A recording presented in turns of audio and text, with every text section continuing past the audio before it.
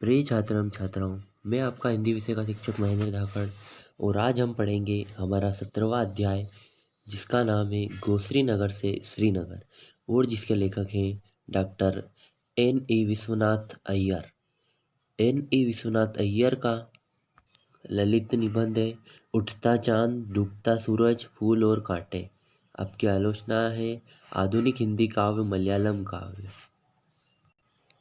आदि। अब हम हमारा अध्याय गोश्री नगर से श्रीनगर को समझेंगे। विशाल भारत के दो छोर हैं, कन्याकुमारी और हिमालय। कन्याकुमारी की सागर तरंगे अपने मंद हास्य से हमें चकित करती है। सागर के झाग को देखते देखते मन में आया कि एक बार कश्मीर की बर्फीली चोटियों की झांकी मिले तो कितना अच्छा हो। यात्रा साहित्य में भी कश्मीर का वर्णन पढ़ते पढ़ते यह इच्छा बार बार ऊपर उठती थी। ईश्वर की इच्छा मुझे कोरी कल्पना से ही संतुष्ट रखने की नहीं थी। उसने कश्मीर को सचमुच देख लेने का सुयोग दिया। एक दिन श्रीनगर से मैं श्रीनगर के लिए रवाना हो गया।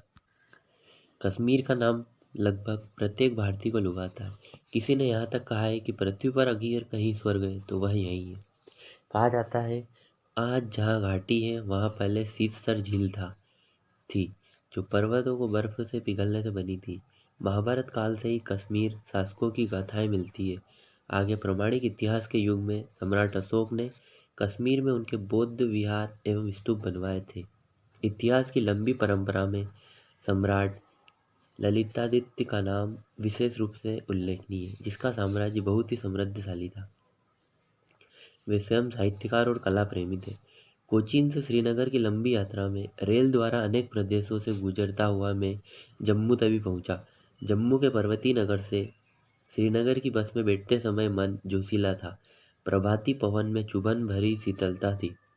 सोचा कि 5-6 घंटे की यात्रा होगी, मगर 12 घंटे की यात्रा की बात सुनकर पहले कुछ घबराया। जब सुना कि एक ही चालक पूरे 12 घंटे चलाएगा तब तो और भी शक पकाया।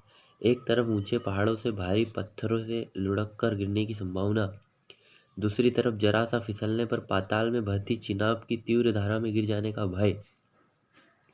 वैसे पहाड़ी पथ पर बस में चलने की आदत केरल वासियों के लिए नई नहीं है। कालीकट एवं केन्नूर से मैसूर का रास्ता इसी तरह का है। कोट्टायम से तकड़ी का रास्ता भी कम पहाड़ी नहीं है।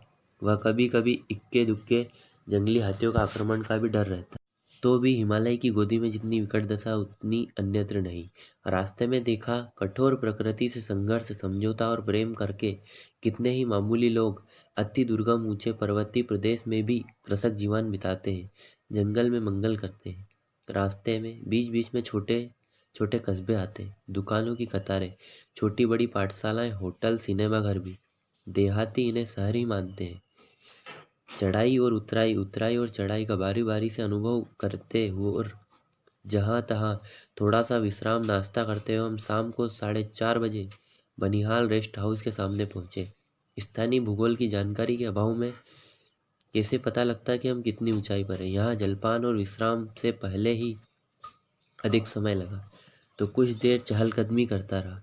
छोटी छोटी जरूरी चीज़ें सारे देश को कैसे एकात्म कर देती है। खोजने पर केरल का बना साबुन भी शायद मिल जाता।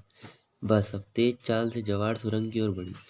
इस पथ को पार करते हुए पुलकित किए बिना नहीं रह सकते।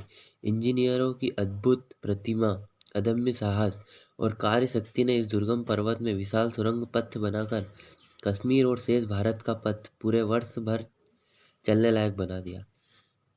प्रकाश धारा बहाती, सीटी बजाती बस सुरंग पथ से आगे बढ़ रही थी। रोमांचक दृश्य था।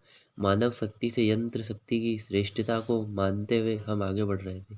विचारों में डुबकी लगाए रहने से पता ही नहीं चला कि जवाहर सुरंग हमने कब पार कर ली। अब बस उतार पर चलने लगी और नए समतल स्थान कांजीगुड़ पहुंचे। कांजीगुड़ से श्रीनगर की यात्रा समतल थी, इसलिए बड़ी तेज रही। पर्वतीय भूमि की तरह भारत के अन्य नगरों के समान किसी नगर का चक्कर लगाने का ही अनुभव हो रहा था। 2 घंटे में हम श्रीनगर पहुंचे। कश्मीर की राजधानी ज्योतिर्मय नगर श्रीनगर के रचकण को प्रणाम कर मैंने अपने को धन्य माना। वर्षों की अभिलाषा जब किसी दिन सफल होती है तब वह आनंद केवल अनुभव से ही जाना जा सकता है। बर्फ और केसर के नगर में कदम रखने पर मेरी पहली मानसिक प्रतिक्रिया इस सुयोग पर भगवान को धन्यवाद देने की थी। साफ सुंदर पर्यटक केंद्र के सामने स्वच्छ सड़कें और छोटे बड़े हरे मैदान बड़े ही मनमोहक लग रहे थे। नगर के बीच बहती झेलम, जगह जगह उसे पार करने वाले अनेक पुल जिन्हें कदम कहते हैं दिखाई दिए। पहले स्त्री पुरुषों का लंबा कश्मीरी चोगा, ऊनी कपड़े, पगड़ी, टोपी आदि देखते समय अनावश्यक लगते थे, मगर इस भूभाग की जलवायु का प्रत्यक्ष अनुभव करने पर इनकी जरूरत प्रमाणित हो गई। कांगड़ी की आवश्यकता भी विदित हुई। सहज कौतूहल के कारण कश्मीर की भाषाओं के बारे में प्रश्न करने पर पता चला कि बोलियां कई हैं, पर श्रीनगर में मुख्य रूप से कश्मीरी और उर्दू बोली जाती है। श्री शंकराचार्य पहाड़ी श्रीनगर का सबसे ऊंचा स्थान है। यह मठ बहुत पुराना है और जनश्रुति के अनुसार यहाँ का मंदिर पांडव वंश के राजाओं का बनाया हुआ है। यहाँ शिवजी और शंकराचार्य की मूर्तियाँ हैं और मंदिर तक पहुँचने के लिए सीढ़ियाँ चढ़नी पड़ती है। पहले सड़क से पैदल ही मंदिर तक पहुँचते थे, अब मोटर से भी जाया जा सकता है। इस ऊंचे पहाड़ पर खड़े होकर श्रीनगर का काफ़ी बड़ा हिस्सा दिखाई देता है। श्रीनगर की डल झील, तैरते बाग और उनके चारों ओर की पहाड़ियों के निराले दृश्य बड़े ही मनोहारी है। केरल में जन्मे जगद्गुरु शंकराचार्य जी को उत्तर भारतीय सीमा पर इस गौरवपूर्ण पद पर प्रतिष्ठित देखकर मेरा मन गर्व का अनुभव कर रहा था। पहाड़ी से उतरकर सड़क पर आया तो सामने डल झील में शिकारे हवा को झोंके से झूम रहे थे।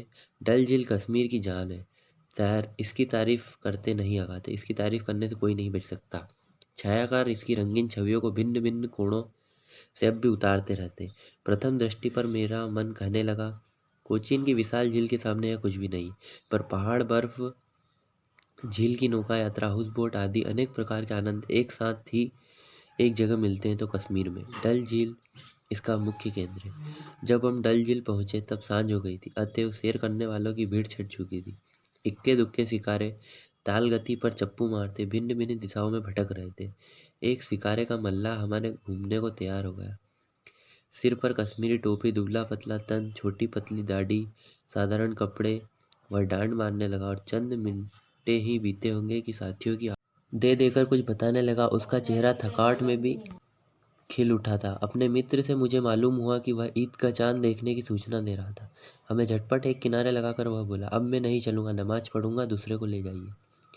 नए शिकारे का मल्लाह यूसुफ किशोर था। उसके हाथ बड़ा फुर्ती से चप्पू चला रहे थे। मेरे साथी भी साथ दे रहे थे। मौज में मल्लाह के गले से सुरीली आवाज़ आने लगी। ठेठ कश्मीरी लोकगीत और ठेठ देहाती कंठ, दो चार पंक्तियां ही थी, उन्हीं को बार बार दोहरा रहा था। कश्मीर की मिट्टी में ही प्यार मोहब्बत की महक है। वहाँ की प्रकृति ने जिस प्रकार मिठास और मोहक रंग सेब और केसर में भर दिए हैं, उसी प्रकार की मिठास और रंग यहाँ के किशोर और किशोरियों को दिल खोलकर प्रदान किया। इस प्रकार लेखक ने अपनी गोश्रीनगर से श्रीनगर की यात्रा में श्रीनगर के वासियों का पहनावा, वहाँ की डल झील और वहाँ के भौगोलिक वातावरण का अत्यंत ही सुंदर वर्णन किया। इस प्रकार यह अध्याय हमारा समाप्त होता है।